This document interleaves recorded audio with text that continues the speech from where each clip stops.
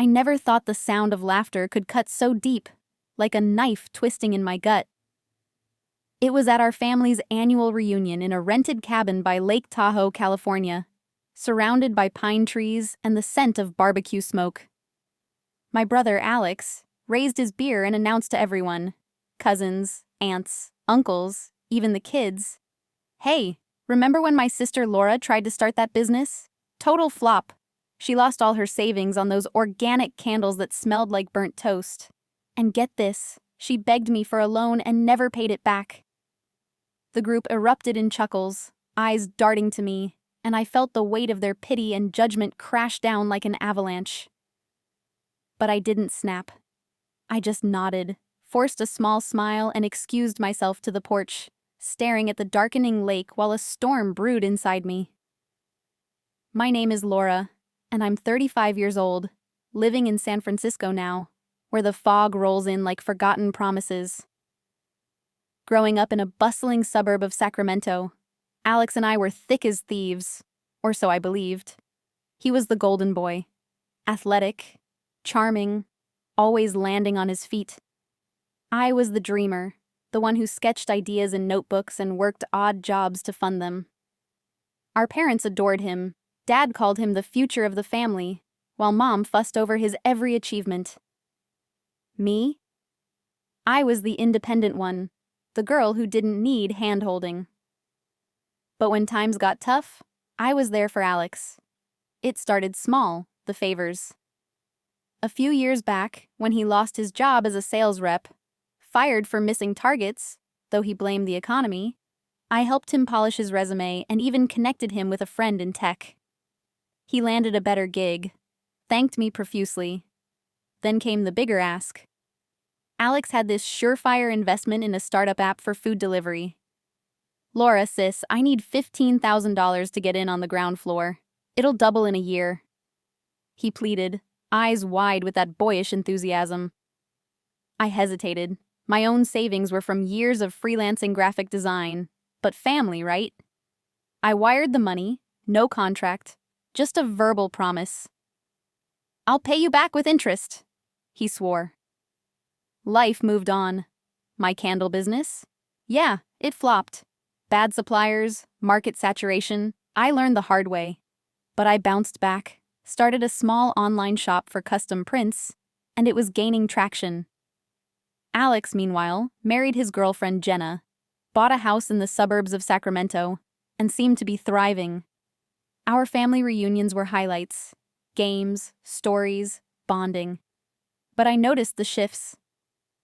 Alex would tease me lightly at first. Laura's still chasing dreams while the rest of us adult. And I'd laugh it off. Then the jabs got sharper. On phone calls with Mom, he'd say, "Laura's business is cute, but let's be real. It's not paying the bills." I'd hear the echoes in her voice later. "Honey, maybe get a real job like your brother." The escalation built quietly. Last Christmas, at Mom and Dad's house, he accidentally spilled about my failed engagement from college, something I'd shared in confidence years ago. Laura dodged a bullet with that guy, but man, she was a mess after. A few relatives snickered, but I brushed it aside. "Old news," I said. Inside, it stung. Why air my dirt? Jealousy, maybe. My print shop had just hit a milestone, $50,000 in sales, and I'd shared the news excitedly. Alex changed the subject quickly. Then came the reunion at Lake Tahoe. We'd rented the cabin for a weekend, the whole clan, about 30 of us. Day one was perfect. Hiking, boating, kids splashing in the water. Evening two, around the fire pit, stories flowed. Alex, ever the storyteller, took center stage. That's when he dropped the bomb about my business flop and the unpaid loan. But he twisted it, made it sound like I was the irresponsible one, the beggar who never repaid. "She's got talent, but money, not her strong suit." Laughter rippled. Cousin Tim slapped his knee. Aunt Rita whispered to Uncle Joe. Mom shot me a sympathetic look, but said nothing. Dad chuckled along. The betrayal hit like ice water. This wasn't teasing, It was sabotage. Public humiliation in front of family, painting me as the failure while he shone. Why? Later, I'd uncover the layers. His investment had tanked, leaving him in debt. Jenna was pregnant, bills piling up. He needed to deflect, to make himself look better by dimming my light. But in that moment, on the porch, tears blurred the stars. I heard them inside, the party continuing without me. No one checked on me for hours. When Jenna finally did, it was with a hug and, "Alex is just joking, Laura. Don't be so sensitive." I stayed calm. No outburst, no confrontation. I finished the weekend smiling, helping with cleanup, even toasting Alex on the last night. To family, I said evenly. But silently, I started noting things. That verbal loan promise? I'd recorded our call, habit from business deals. And his finances? As a designer, I had access to public records for client work, and I'd glimpsed red flags before. Late payments on his house, credit dips, plus a whisper from a mutual friend.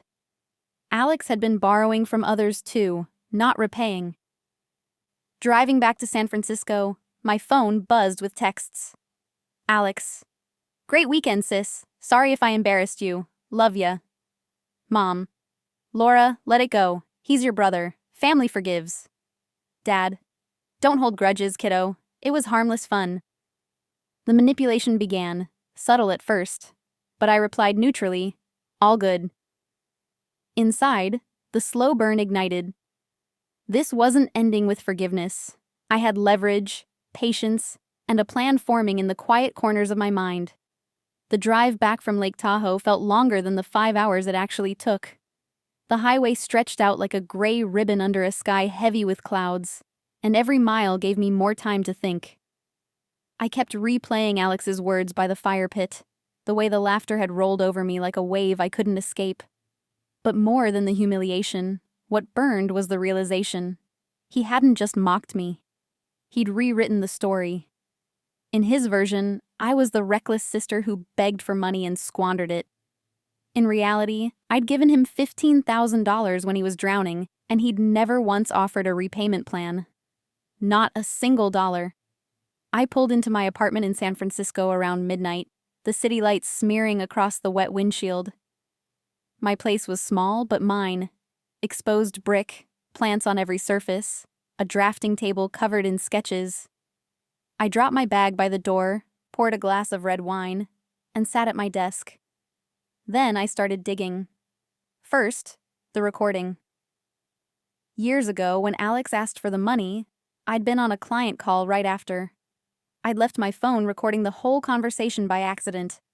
Old habit from freelancing, capturing details I might forget. The file was still on my cloud drive. Client call, March 5th, 2021. I played it back. His voice came through clear, almost pleading. "Laura, I swear, this app is going to be huge. I just need the 15 to lock in my spot. You know I'm good for it. Family looks out for family, right?" My reply was softer than I remembered. "Okay, I'll transfer it tomorrow. Just promise you'll pay it back when it pays off?" "Promise. You're saving my life here, sis." I saved a backup copy, time-stamped and labeled. Not enough on its own, but a start. Next, finances. Alex had always been careless with money. Flashy cars, expensive dinners, the house he and Jenna bought way above their means. I'd never snooped before, but now I had reason. Public records are easy if you know where to look. A quick search on county assessor sites showed their mortgage was current, but barely. Credit bureau previews, the free ones, hinted at high utilization. Then there was the startup he'd invested in. A Google search turned up articles. The company had folded 6 months after launch. Investors lost everything. Alex never mentioned it. But the real find came from an old email chain. When I helped him with his resume back then, he'd forwarded me bank statements to prove he was turning things around. I still had them in an archived folder. One statement showed a $15,000 deposit from my account, labeled loan from Laura. Another, 2 months later, showed a transfer out to a luxury watch dealer. $8,000 for a Rolex. While I was scraping by on freelance gigs, I didn't sleep much that night. Anger kept me awake, but so did strategy. Revenge isn't a shout, it's a calculation. I needed more pieces before I moved. The family pressure started the next week. Mom called first. "Laura, honey, Alex feels terrible about the reunion. He was just trying to be funny. You know how he is." "I know exactly how he is, Mom." A pause. "Don't be like that. He's your brother. Family doesn't hold grudges." "I'm not holding a grudge," I said calmly. "I'm just processing." Dad texted later. "Let it go, kiddo. Life's too short." Even Jenna sent a message. "Hey, Alex was drunk and talking too much. He loves you. We all do. Please don't let this ruin things." I answered each one politely, short, neutral, no promises. Meanwhile, I kept working. My print shop was growing. Custom wedding invites, baby announcements, small business branding. I'd just landed a contract with a local boutique chain. Money was finally steady. I opened a separate savings account and started quietly building a cushion. If Alex ever came asking again, I'd be ready to say no. 3 months passed. Surface-level normalcy returned. Family group chats buzzed with baby updates. Jenna was due in spring. Alex posted proud photos of the nursery. Everyone cooed. I liked the posts, commented hearts, but behind the screen I was gathering. Then the first crack appeared. Alex called one evening, voice tight. "Hey sis, you busy?" "Not too bad. What's up?" He hesitated. "Jenna's maternity leave is unpaid. We're a little tight. I was wondering, could you spot us a few grand, just until I get my bonus?" I let the silence stretch. "How much is a few grand?" 10? Maybe 12. I'll pay you back next month, swear." I almost laughed. Instead, I said, "I'll think about it." He exhaled. "Thanks, Laura. You're the best." I didn't send money. Instead, I emailed him a polite reminder. Subject: old promise. "Hey, Alex. Hope you and Jenna are doing okay with the baby coming." I was going through some old files and saw our conversation about the $15,000 loan from a few years back. No pressure, just checking in. Any update on repayment? Happy to work out a plan if it helps. Love, Laura. He didn't reply for 2 days. When he did, it was short. "Can we talk about this later? Things are stressful." I replied, "Sure, whenever you're ready." But I didn't wait. I forwarded the recording and the email chain to my lawyer friend Maya, who specialized in civil disputes.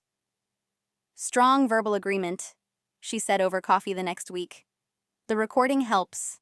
California small claims limit is $12,500 now, but we can split it or go civil if needed. You also have a paper trail. Question is, do you want to push?" I sipped my latte. "Not yet. I want him to feel it first."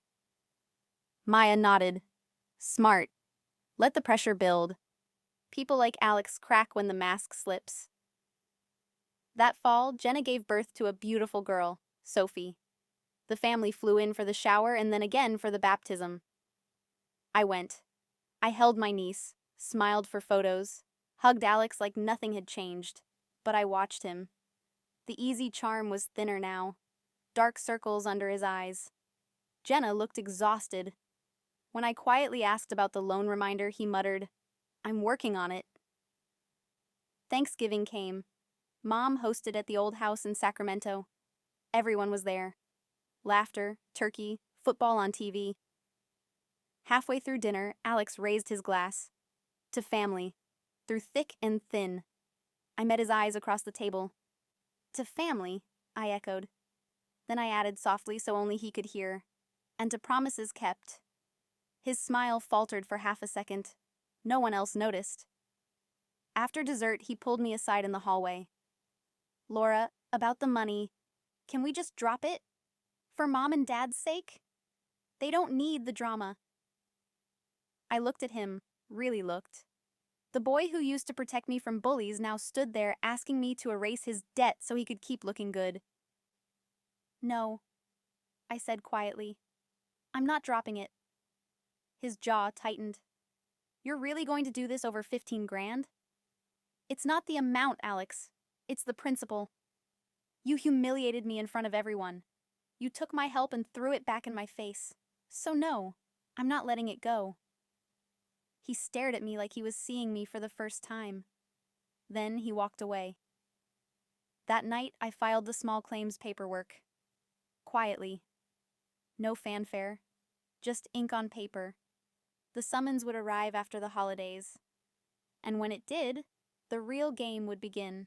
The apology post changed everything, but not in the explosive way people imagine revenge to be. It wasn't fireworks or public shaming that broke the air. It was the slow, quiet unraveling of the image Alex had built around himself. Within hours of the post going live, the family group chat went unusually still. No immediate flood of awe, hearts, or family heals memes. Just a few likes from distant cousins. Then silence. Mom called me that evening, voice trembling. Laura, I read what Alex wrote. I didn't realize how much it hurt you. For the first time in years, she didn't follow it with, but he's your brother. Or, let it go. She just listened when I said softly, it wasn't just one joke, Mom. It was years of little cuts, and I never asked for anything except basic respect. Dad texted the next morning. Your brother showed real character owning up like that. Takes guts. Proud of you both. No lecture about forgiveness this time. Just acknowledgement. Jenna reached out separately. A long voice message at 2 a.m. Her time. Laura, I had no idea how deep this went. Alex told me bits and pieces, but seeing it written out, I'm sorry too. For laughing along sometimes. For not stepping in. Thank you for helping with the house. We're trying to make it right. Her voice cracked at the end. I didn't reply right away. I let it sit. Alex himself became quieter. No more teasing texts. No more, hey sis, remember when? Stories. When we spoke on the phone, about Mia's first smile, about the baby's sleep schedule, his tone was careful, almost formal. He made the first $800 payment on time. Transferred it directly through the bank app with a note. Month 1. Thank you. No emojis, no jokes. But the real shift happened in layers no one outside our circle could see. 3 months after the apology, I got an unexpected call from cousin Tim, the one who'd laughed hardest at the Tahoe fire pit. Hey Laura, listen. I talked to Alex last week. He's been helping me with some freelance sales stuff, but he mentioned the loans. Said he's paying you back every month. I didn't know he owed you that much, or that he'd, thrown you under the bus like that. He paused. I feel like an asshole for laughing. A lot of us do. I didn't say good or about time. I just said, thanks for telling me, Tim. Means something. Word spread quietly through the family grapevine. Not dramatically, no big confrontation, but in small confessions. Aunt Rita admitted over coffee with Mom that she'd always thought Alex stretched the truth sometimes. Uncle Joe told Dad he'd lent Alex $1,200 for car repairs 2 years earlier and never saw it again. Slowly, the narrative flipped. The golden boy wasn't quite so golden, and the quiet sister who'd always cleaned up messes, she had boundaries now. Meanwhile, I kept my own life moving forward. My print shop doubled revenue that quarter, custom orders from small businesses, a collaboration with a local eco-brand. I hired my first part-time assistant, a college kid named Maya who reminded me of myself at 21. I started dating again, nothing serious, just coffee dates and long walks in Golden Gate Park. For the first time in years, I wasn't measuring my worth against Alex's highlight reel. Then came the moment I hadn't planned, but which felt inevitable. Mia's first birthday rolled around in spring. The family gathered at Alex and Jenna's house in Sacramento. Same backyard barbecue setup as always. String lights, kiddie pool, laughter drifting over the fence. I arrived with a handmade banner I'd designed. Pastel animals, Mia's name in soft script. Everyone hugged me, told me how beautiful it was. Alex took the banner, held my gaze for a second longer than usual, and said quietly, "Thanks, Laura. Really." Later, after cake and presents, most of the guests had left. Mom, Dad, Jenna, Alex, and I sat on the patio while Mia napped inside.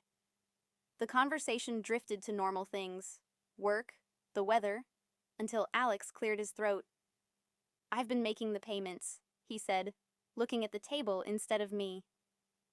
"On track for the last 5 months.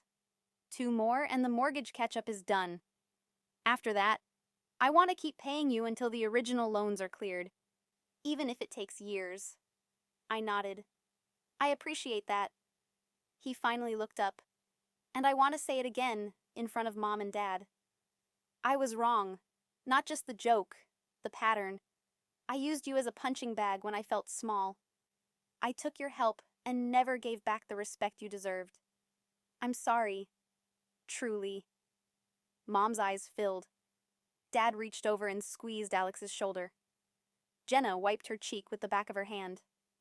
I let the silence settle, then spoke. "Thank you, Alex. I accept your apology. And I'm glad we're here, talking like this. But trust isn't a switch you flip. It rebuilds slowly. I'm not cutting you out. I'm just not available the way I used to be.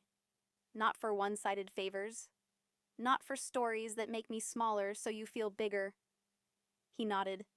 "I get it. I deserve that." We sat there a while longer, the night air cool, crickets humming. No one tried to force "we're all good now." No one pretended the scar wasn't there. But for the first time, the air felt honest. When I drove back to San Francisco the next day, the highway stretching wide under a clear sky, I felt something shift inside me.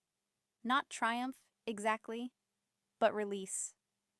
The weight I'd carried for years, the need to prove I was enough, had lightened. Not because Alex had paid every cent, he hadn't yet. Not because the family had taken my side in a dramatic showdown, but because I had finally chosen myself without apology. And that, I realized, was the real power shift. The months after Mia's first birthday passed like pages turning in a book I no longer needed to reread obsessively. The payments continued, steady, automatic transfers every month without reminder or excuse. Alex never missed one. He didn't post about it, didn't fish for praise. He just did it. And somehow, that quiet consistency spoke louder than any grand speech ever could. I kept my distance, not out of anger anymore, but out of self-preservation. I visited Sacramento twice more that year, once for Mia's 6-month checkup pictures. Jenna begged me to come photograph them, and once for Thanksgiving. Both times I stayed in a hotel instead of at their house. Both times I arrived with gifts and left without drama. Alex and I exchanged polite hugs, talked about surface things, work, the weather, Mia's new words. We didn't dig into the past. We didn't need to. The ledger was balancing itself. The family adjusted slowly, almost without noticing. Mom stopped sending me articles about sibling reconciliation and started asking about my life first, my shop, my dates, my weekend hikes in Marin. Dad invited me to golf, something he used to do only with Alex, and actually listened when I talked about growing the business. Cousin Tim and his wife invited me to their lake house the following summer. No big family reunion, just a small group. "We'd love to have you," he said. "No pressure, no jokes." I went. It was peaceful. Alex, for his part, started changing in ways I hadn't expected. Jenna told me privately that he'd begun therapy. Not couples, just individual. "He's working on the insecurity thing," she said over coffee one afternoon while Mia napped. "He admits he used humor to hide when he felt like he was failing. including at your expense. She looked at me with something like gratitude.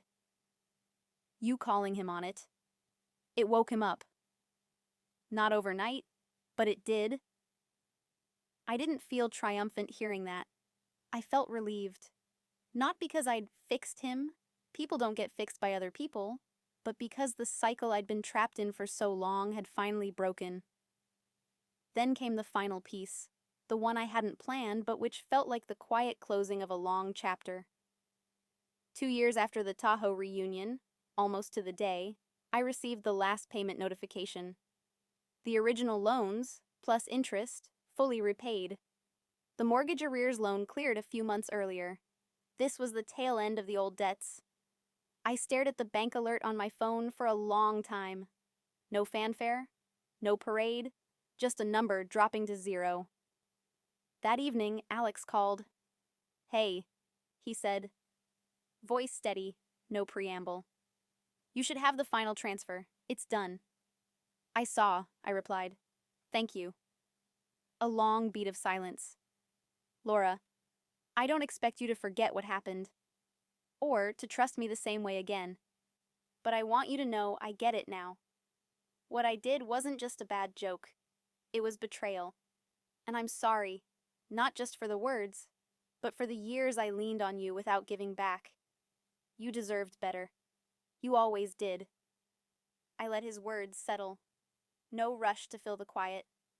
I appreciate you saying that, I told him, and I'm glad you paid it back.